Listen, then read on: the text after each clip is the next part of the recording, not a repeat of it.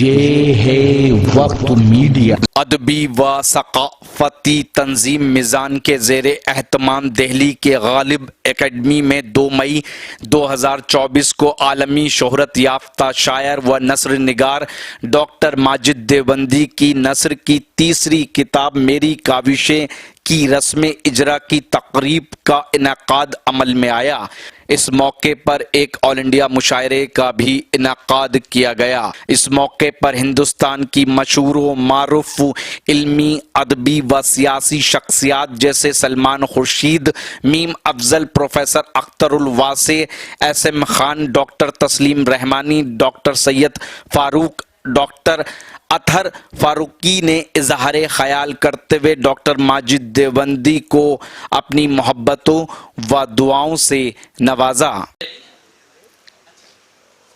Doctor Taslim رحمانی صاحب سے گزارش کر رہا ہوں کہ آپ تشریف لائیں اور چند الفاظ سے نواز دیں۔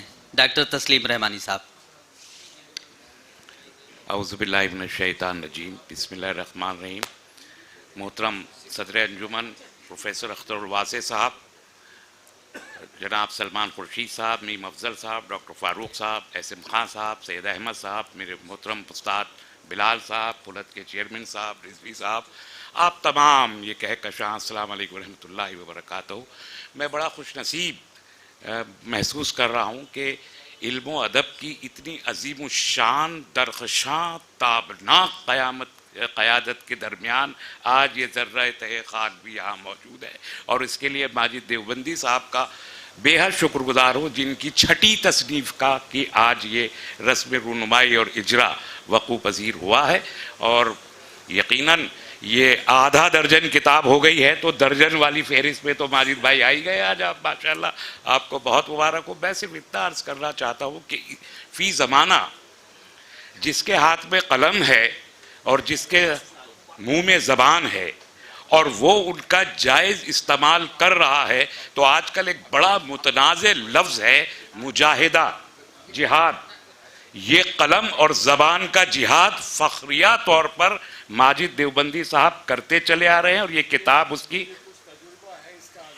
ماشاءاللہ دیکھیے تجربے کر لو۔ آپ کو تو کس چیز کا تجربہ نہیں ہے سلمان صاحب، میں تو وہی عرض کر رہا ہوں کہ اتنے تجربہ، اور لوگ کہتے ہیں قیادت نہیں ہے مسلمانوں کے پاس۔ مجھے ذرا بتائیے دل پہ ہاتھ رکھ کے ایمان سے کہ جو اسٹیج آپ کے سامنے سجا ہے، کیا آپ اسے قیادت نہیں کہہ سکتے؟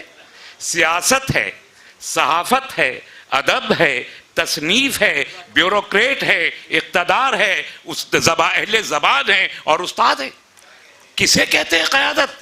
اگر آپ اسے قیادت ماننے کو تیار نہیں ہے تو پھر ہمارا مسئلہ ہے، ہمارا یہ امت کا مسئلہ ہے۔ بہرحال ہمارے زمانے کے ایک شاعر نے ایک مصرع کہا تھا کہ جو زبان ملی تو کٹی ہوئی، جو قلم ملا تو بکا ہوا۔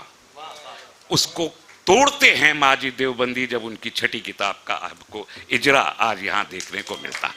میں نے اس لیے کہا کہ اس زمانے میں بولنا اور لکھنا ایک مجاہدہ ہے، اور جو ہم اپنے بزرگوں سے سنتے چلے آئے ہیں کہ ایمان کے جو 3 درجے بتائے گئے ہیں، اس میں ایمان کا دوسرا درجہ بہرحال یہ ہے کہ ظالم حکومت اور حکمراں کے سامنے کلمہ حق بلند کیا جائے یا کلمہ حق کو تحریر کیا جائے، یہ ایمان کا دوسرا درجہ ہے۔ الحمدللہ آپ نے ثابت کیا کہ آپ ایمان کے اس دوسرے درجے پر فائز ہیں۔ میں آپ کو ایک بار پھر مبارکباد دیتا ہوں اور دعا کرتا ہوں کہ اللہ تعالیٰ آپ کی اس کاوش کو قبول فرمائے اور آپ کو مزید حوصلہ عطا فرمائے کہ آپ قلم کا جہاد جاری رکھیں۔ وما علینا الا البلاغ، والسلام علیکم ورحمۃ اللہ وبرکاتہ۔